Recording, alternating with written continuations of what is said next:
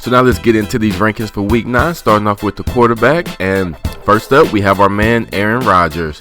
Now, the Packers evidently do not want to use a running back, so Rodgers will be throwing the ball probably like 50 times this game against a defense that may be without their cornerback Vontae Davis for the Colts. Since Brady is off this week, you can just sub him in with Rodgers in cash games and just go on about your merry way. So Aaron Rodgers coming in ranked number 1, and he's very good this week for daily fantasy and the cash game play.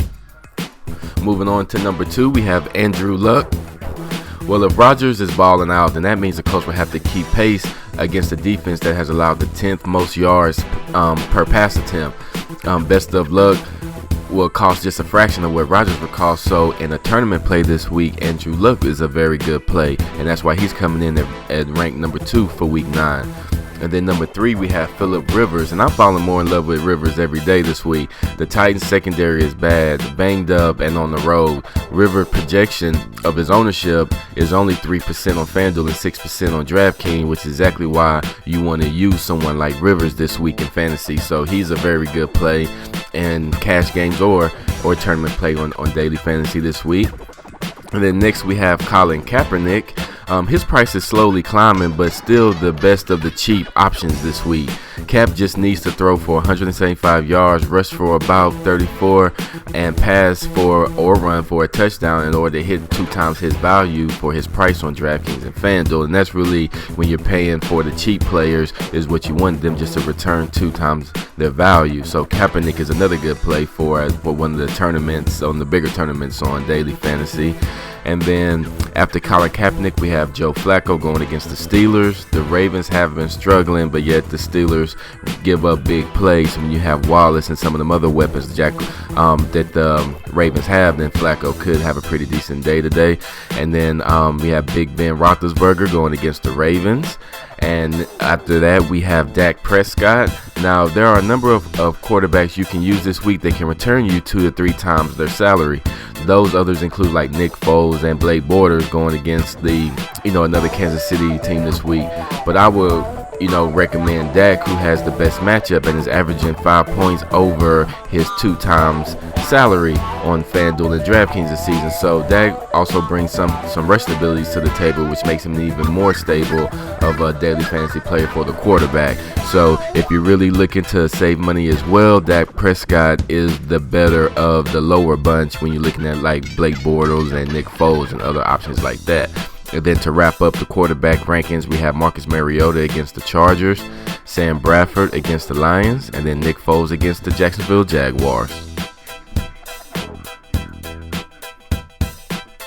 And first up for the running back rankings, we have Ezekiel Elliott coming in number 1 for week 9.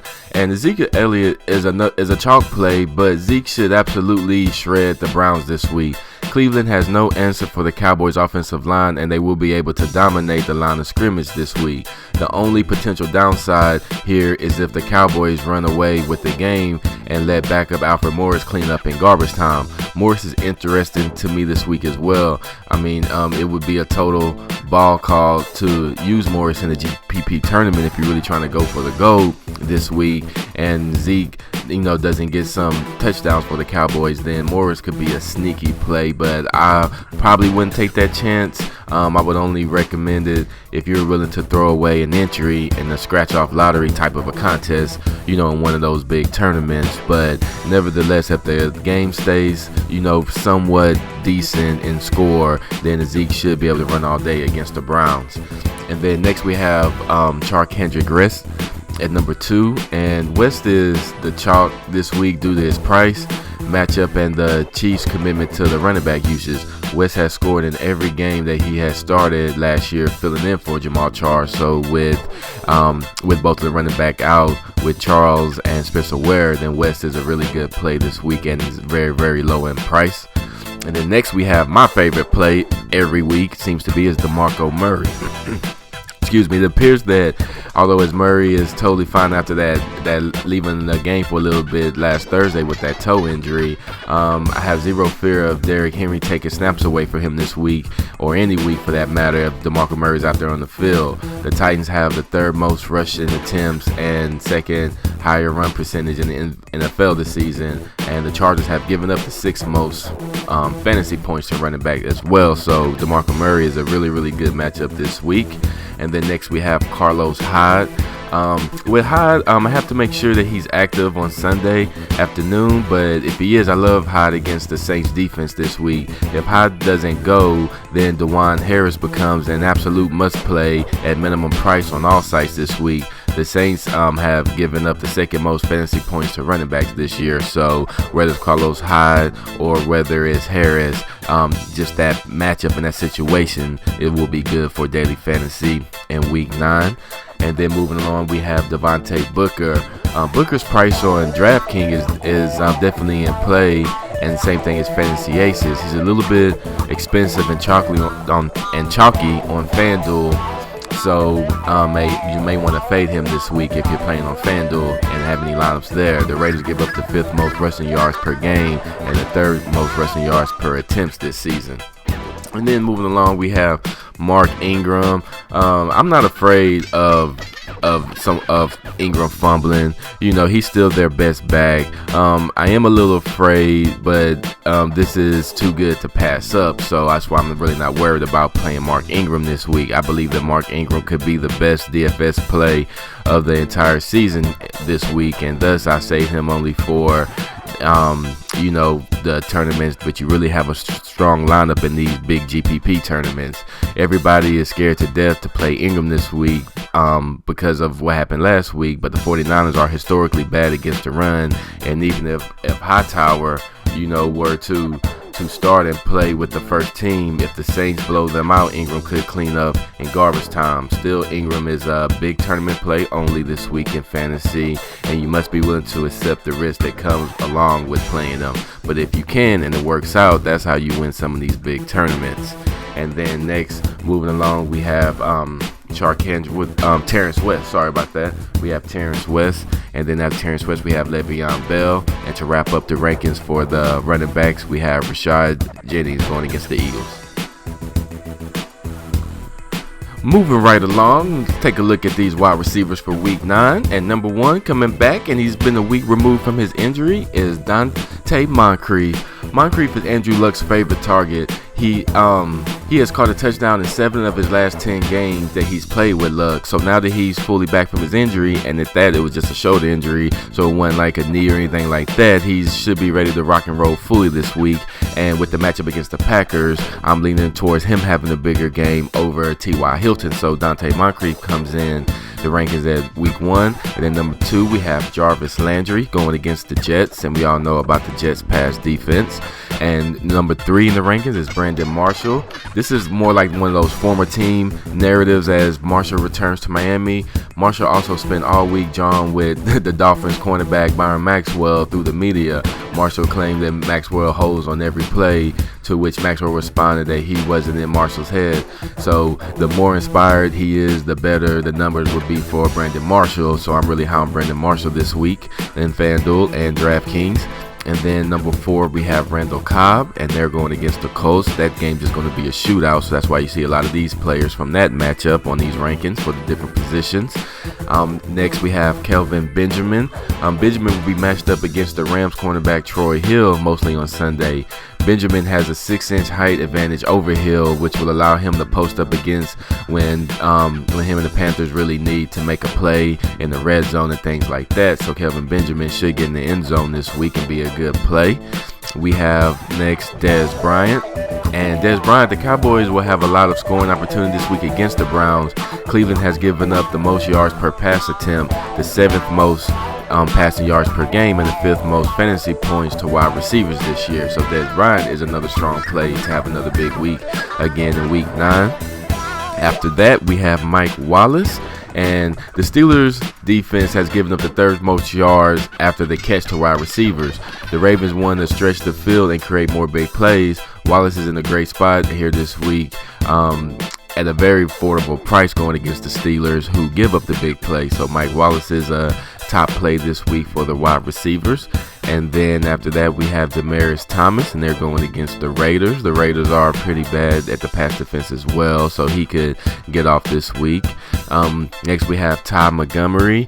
It's apparent that the Packers have no intention of using a true running back, and thus it'll likely be Montgomery as a pass catcher out of the backfield.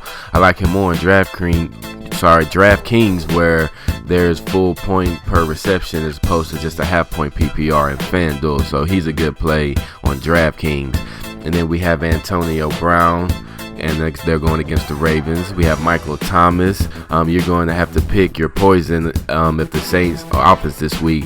Everybody's in a terrific spot, including Thomas, who will be covered by Rashard Robinson, who has a 110 QB rating against him this season. So you can go with Cooks, you can go with Snead, but I'm putting my money on Michael Thomas. He's been working out for me all year, and I really like that matchup against Hill for the 49ers. So Michael Thomas comes in top at the rankings. And then we have Stephon Diggs. If Darius Slay is out for the Lions, I will move Diggs up even further on the rankings. The Lions give up the 7th most passing yards per attempt in the NFL. And then to wrap it up, we have Terrell Pryor, Kenny Stills, and Sammy Coates to finish off the wide receivers for Week 9.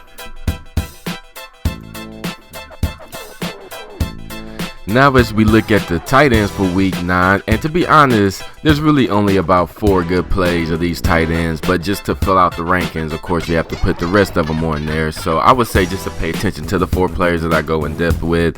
But here you go. The number 1 coming in Week 9 is Kyle Rudolph.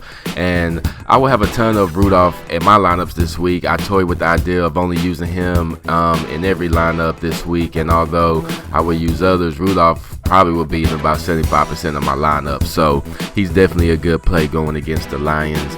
And then next we have Delaney Walker. The groin injury he suffered on Thursday has kind of taken me off him a bit, but it appears though that he will be good to go on Sunday, but it is kind of scaring me off. But if he does go, he's still a good play against the Chargers. And then third, you have Antonio Gates. The Titans give up the 8th most fantasy points to tight ends.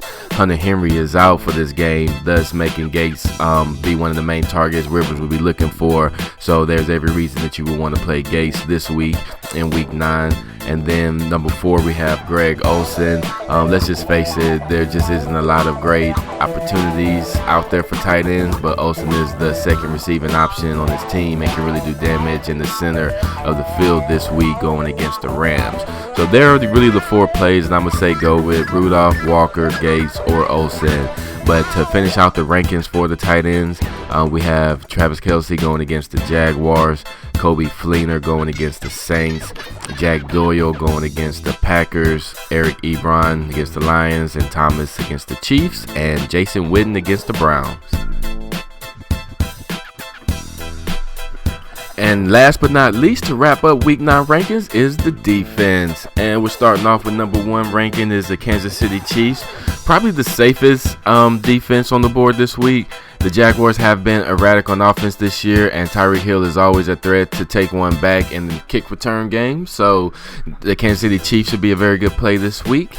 Next, we have the Minnesota Vikings. This is just a good matchup for the Vikings because the Lions' offense is just really one-dimensional in the pass game. So the Vikings should be able to tee off against Stafford and shut down the Lions somewhat. So the Vikings are ranked number 2 in the rankings. And then we have the New York Giants, another defense that is finally getting healthy and they're at home against a struggling opponent and with their identity and production. So with the Eagles in that state, the Giants are a very good sneaky play this week for daily fantasy.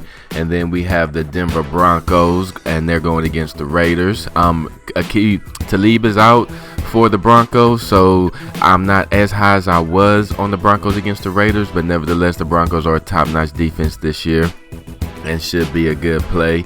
And then next we have the Los Angeles Rams. The Rams are always among my favorite fantasy defenses to use in daily fantasy. Their defensive line is healthy again, and they love to put pressure on a quarterback when they're all healthy. So that's actually a good play this week if you're looking to maybe get some turnovers in the game. And then to wrap up the defense, we have the Dallas Cowboys defense against the struggling Browns. We have the Titans defense against the Chargers.